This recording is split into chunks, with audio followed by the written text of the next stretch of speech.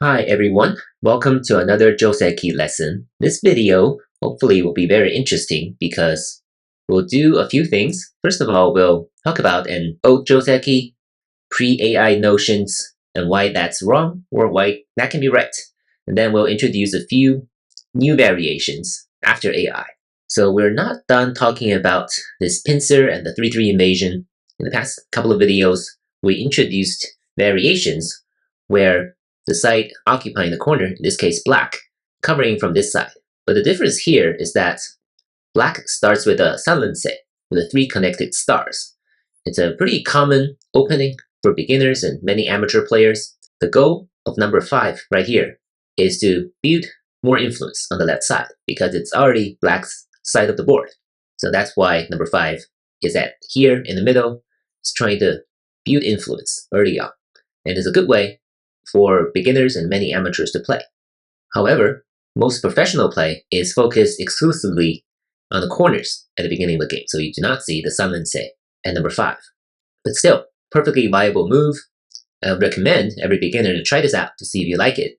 So when you have a stone here, our old understanding was that after white's 3-3 invasion here, black should not cover from this side, because if you play this Joseki, which is this sequence, number 5 would seem a little awkward. It's not building any influence on the left anymore because white has taken the corner and has come out on the third line, right here at number 16.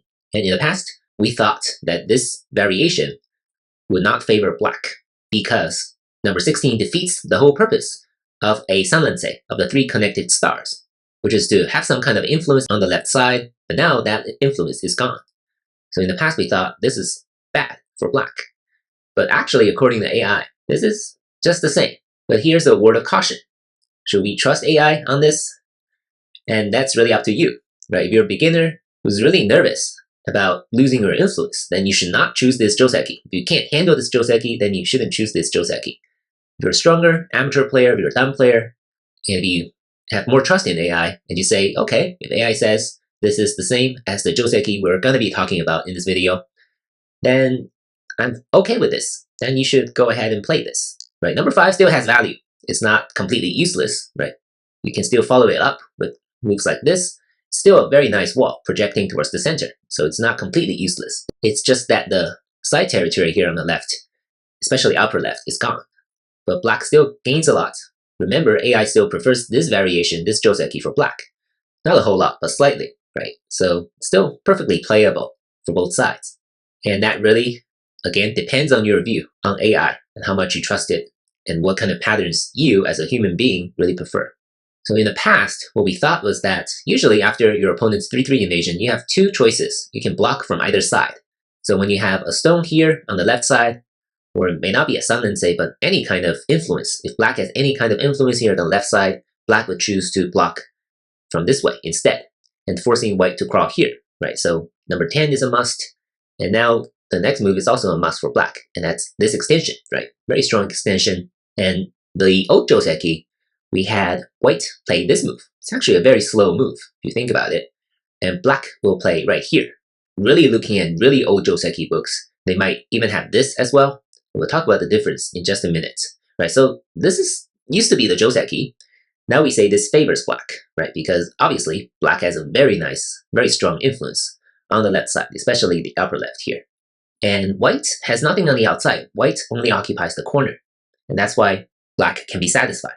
And the general rule for evaluating this type of pattern, right? We see Josekis or variations that are not Josekis, which end up with one side occupying the corner and the other side having an influence. But how do we know if that's good for one side or the other, or if it's about equal? First of all, you think about how much one side has taken the corner. So for white, the corner is okay. It's not huge, right? It's not like 15, 20 points. It's about 10 points. It's not that small either, right? If you occupy the corner on the second line, then usually that's pretty small. You know, if it's 5 to 8 points, that's pretty small. This is about 10 points. So it's okay for white. And then you look at the wall. And more importantly, what's important for AI these days is how strong the wall is. And that means you have to find potential cutting points, right? So if you're white, obviously you cannot cut this way, right? Black will just capture you with this ladder, with this net, right? Very easy. But white can cut this way. This is the best way to cut. you play something like this, then this will still depend on the ladder. And even if black plays here, then this one stone is pretty weak. So the best way for white to make a cut is right here. And then after this cut, after white's strongest cut here, we ask, is black afraid of this? Right. So apparently black has two groups now, right? One here on the upper side, one on the left side. The left side is fairly strong, so you shouldn't worry about it as long as you take care of number 13. And white only has one stone, right? This group only has one stone, so it's relatively weak. So you'll probably have to play this. And now we ask, are we worried about number 7 and number 15? And if the upper side is open like this, then the answer should be no, right? You can just play here on the 4th line. There's no cut here. Number 22 doesn't work. Black can just kill these stones. So if it's something like this, then I don't think, or if white plays here, I don't think black is afraid of this fight, right? Because it has kind of a base, probably at least one real eye, and white is not in a great position. So that's how you evaluate what's going on here in this Joseki, right? You have to take into account what happens after white's cut. Let's say if the Joseki somehow is like this, there's no cutting point, then this pattern, of course, is going to be very good for black, because black has no weaknesses here on the outside. But again, if black is to get to this point, it'll have to sacrifice 2 more moves, right, which is big. So theoretically, if somehow we get to this point where the corner is not that big and the wall is extremely strong, then of course it's good for the side that has the extremely strong wall. So that's kind of how you evaluate. And that's why playing here is worse, because this cut, 14 and 16, is harsher than the one we just saw. Because now black, this shape is weaker, actually. Black will have to play something like this and extend, and white is not really short on liberties, and white can move even to the left side or escape toward the center. So white has more flexibility this way. And that's really the difference between this move and this move. This is better for black's fight after white's cut on the outside. So this used to be the old Joseki. If you see this Joseki as being the correct variation on any book, then you have to be really careful when you're using that Joseki book, because it has to be outdated. It's no longer the right Joseki for white in this situation, and we're going to learn quite a few variations after this, but it's very important to get this old Joseki out of the way. We evaluate it, and the conclusion is it actually does work for black, because the whole point of number 9 blocking from this way is to preserve the influence, and now black has that influence. Very solid. And what happens next also doesn't really favor white. So of course white should take Sente now. The corner is alive. But what's really annoying is that black still has moves like this. And this by itself is not Sente. White can still take Sente. If black plays on the outside, then white can still live this way. Right? This is big enough of an ice space. If black plays here, which is pretty harsh, now white cannot connect. If you connect, now this is a dead shape. This is not enough ice space for white to live. But because number 12 is here, white always has this attachment underneath. And now black cannot play this Hane, because after white's cut, either number 7 or number 21 will be dead, or this way, white will break out. This is even worse for black than just sacrificing one of these stones. Right? It's probably even worse. This is probably better. So after number 20, the best black can do is probably to extend here or play something like this. But this way, white will be able to live fairly comfortably. So that is to say, white doesn't have to be afraid of living, but I think after number 15 and 17, the corner territory is really small now. And once black has some reinforcement here on the outside, when white cannot really get to this attachment underneath at number 20, then white will have to worry about staying alive, right? So personally, I would really not like white in this situation because of the complications, and I have to worry about like what's going on here on the upper side. If black has reinforcement, then white is really in kind of a danger. Where number 15 and 17 will become Sente. White will have to play a move here at the 2-1 point, either early in the game or in the mid game. It's a really small move, point-wise, right? Just to stay alive. So I would really not prefer white in this situation. And that is why we have new moves, right? So even before AI, some players would try this move, right? So what's happening after number 11 is that white has a weakness. You ignore it, then it's going to be pretty bad. We're going to see this move again in just a few minutes. Black has this cut. Black can cut either side, right? So if black cuts this way, usually the conventional wisdom, which works, I think, 95% of the time at least, is that whenever your opponent cuts from one side, you just have to capture that stone, because capturing this stone by itself is valuable. But in this situation, black will be able to capture these two white stones, number 8 and 10. And white is still not alive. Right? This will be pretty bad for white. What's even better is for black to cut from this side. And now white will have to capture number 15. Right? If you play this, this is even worse for white compared to the previous pattern because white doesn't even have a real eye. White is about to die, probably. So white will have to capture this way. And now black can cut, Atari. White must capture. And now black has a wall. This wall is very solid. Number 6 is basically dead. Number 6 cannot really escape, right? This way white will be dead. So that's why if we get to this pattern, then it will be very good for black. White has less than 10 points, right? About 7, 8 points here. And black has a very strong wall on the outside. No flaws. So this is not acceptable for white. And that's why number 11 is really important, right? It's really aiming to cut. And number 12 used to be protecting against this push and cut, right? 2 cutting points. This way there's nothing for black to play, obviously. Even before AI, there are players who are like, wait a second, there are other ways to protect against this cut, right? Of course, there's this move doesn't really work. It doesn't work as much as standing down here, right? Because now there's no cut. White will have to protect its own cut, and now number 14 will be very vulnerable on the outside. So that's why people prefer this to this diagonal move. But people are also like, you can play this one.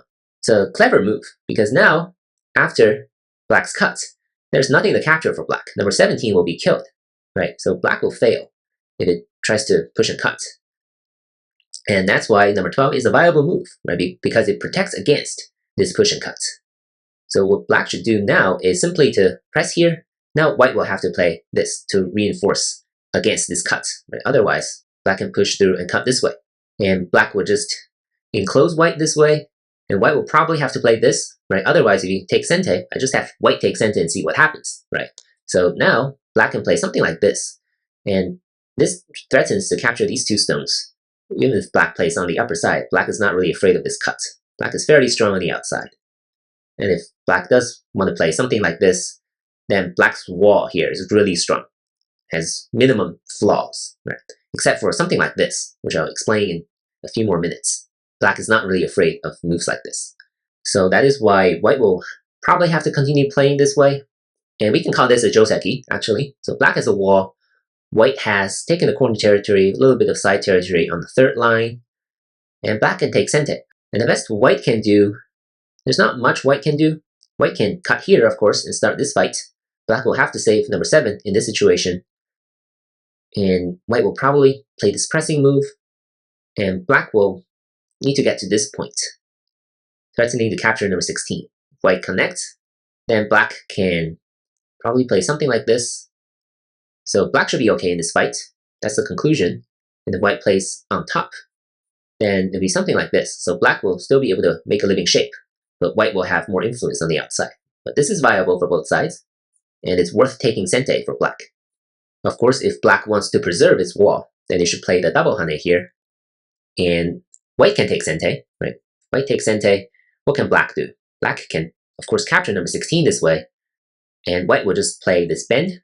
And number 22, black will probably need a move here, and white's corner is secure. And again, white has Sente, right?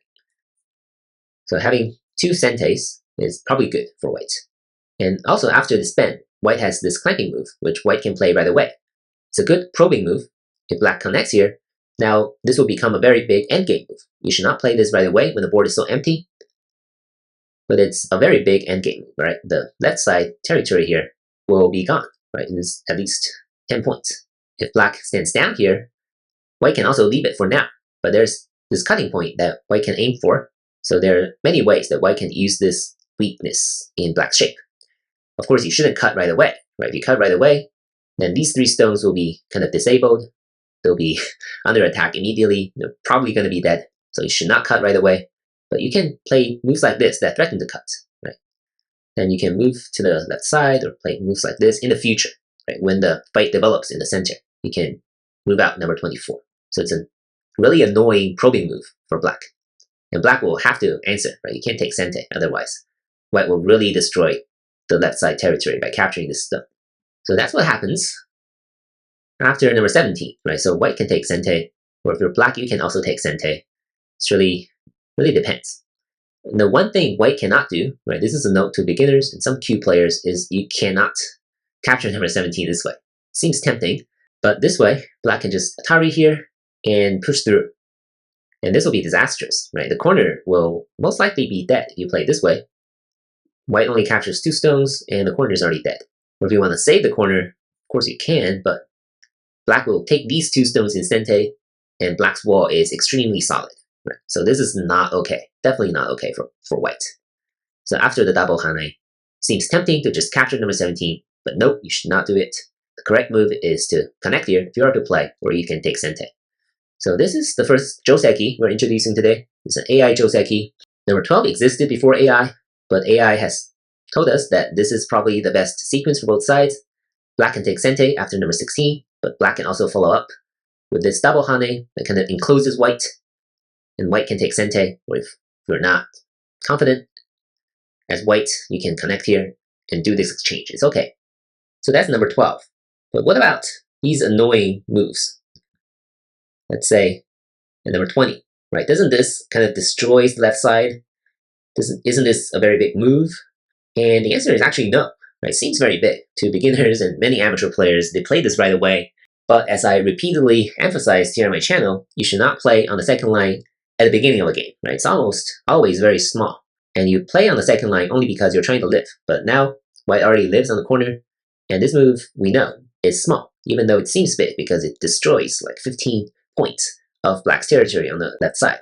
But usually we tell beginners that if you play a corner closer like this or an approach like this is worth at least 30 points, right? So it's bigger than 15, 20 points that you can destroy on the left side. But more concretely, what's wrong with this move is that in this situation, black can simply clamp here. If you're white, you can just play something like this. And if you just count, you're like, oh, I just destroyed 10 points of black's territory. Isn't that a big achievement at this point in the game? And the answer is no, because you have helped black build a new wall here. And now black's territory right here is super solid. What's more important is really the opportunity cost of number 20. If you come in this way, right, black solidifies the left side below this new wall. But if you don't play this, there are other possibilities for white. White can play something like this. That's even better, I would say, right? Because this move is threatening to connect right here, and it's also threatening to destroy even more of black's territory, right? You have so many other options here on the left side, not just this move that's connected to this setup at number 12. Right? Because you have the setup at number 12 doesn't mean you need to play something next to it immediately. Moves like this that you can potentially play on the left side. So that's why this move, I think it's pretty important to explain to beginners, even though it's kind of outside the scope of this Joseki. But that's part of the reason why number 12 is played, because white does have this very big endgame move, right? If it's endgame, if you take 10 points, that's pretty big. But when the board is empty, when it's mid-game, when there are other priorities, you shouldn't play this move, because there are really other possibilities here on the left side. So I hope that makes sense. And now to make things a little more complicated, we looked at a few variations where black has a pretty solid wall on the outside, and white takes the corner. What if white doesn't like that? So white can also play right here. That's really breaking out of black's enclosure. Black cannot contain white. If black tries something like this, then what happens is that white can play this diagonal move to secure the cut. There's no more push and cut. And black is actually in a pretty tough spot after white's cut at number 14. Right? It's actually not very easy to handle white's group on the outside. If something like this will definitely benefit white. So this will be good for white, right? It really depends on how white cuts black. We looked at other situations where black is not afraid of this cut, but here this cut is relatively harsh. And it all really depends on what black's shapes are, right? These two groups. So this is not okay for black. And if it's something like this is probably even worse, right? Black still has a weakness here, and number 7 is mostly dead, right? This will not be okay. But of course, this way, black still has this cut, right? So this probably benefits black. So if white wants to take care of this cut, white can play here as well. So that's why number 13 doesn't really work, because white can break out. But number 12 doesn't fix the push and cut. So black should still push and cut, but which one to cut, right? That's the main dilemma here. So wherever black cuts, white will have to capture, right? You cannot connect on the other side, right? You have to capture, because capturing this stone on the second line is very valuable on its own. So this way, right? This is like this Joseki. on the lower left. But now we have an exchange. White plays something like this, and black throws a stone here. Right? This will be exactly the same, except the sequence is different. And this will benefit white, as we'll see. Because if you're black in this situation, say white takes center, you wouldn't want to play this move. You would play something like this to build your wall here, your influence on the left side. You wouldn't want to play something like this in exchange for white playing on the outside. And what's even worse is that white has sente in this situation. And white can play descent here, gain a couple more liberties, sacrificing one more stone. And white can play something like this, which is really annoying. And the best black can do is actually just to capture these stones, right? Because if you ignore it, then white will come out this way. This way, black will die. Or if you try to save these stones, the corner will die for black. So black will have to capture these stones. And if it's something like this, then number 7 is really in a tough spot. Right? Again, will be under attack, almost certainly, and white has a very good position on the outside. That is why number 15 right here is problematic, right? Because after white captures, we'll get to that variation we just saw. So that's why black should cut from this side. And again, white must capture. If you do not, then compare this to the previous variation where white has a real eye already. It's almost 90% real. This way, white is clearly under attack, right? This makes a huge difference. When white doesn't have an eye, it's a little farther from number 7. And number 7 is more comfortable this way, much more comfortable, and white will be under attack. So the difference may seem subtle to beginners, but they're not. It's actually a huge difference. So that's why white must capture this way. And the conclusion here is that you might think black's in a good position to attack white, but actually no. Right? So white can just play this way. Black is very short on liberties, these 4 stones. So black will have to play here, right? Otherwise, white can give black a lot of trouble, probably even capturing these 4 stones. So black will have to play here, or maybe play this exchange first and play here. Because if you do not play this exchange, white will have something like this, really, really annoying, that destroys even more of black's territory. Right? You cannot hane here. This will be right. This will be a classic tesuji. They'll just capture all of black this way. So all kinds of aji here for black. Not great, because the liberty is so short. And even if white doesn't play, even if black takes care of this weakness, white can just play something like this.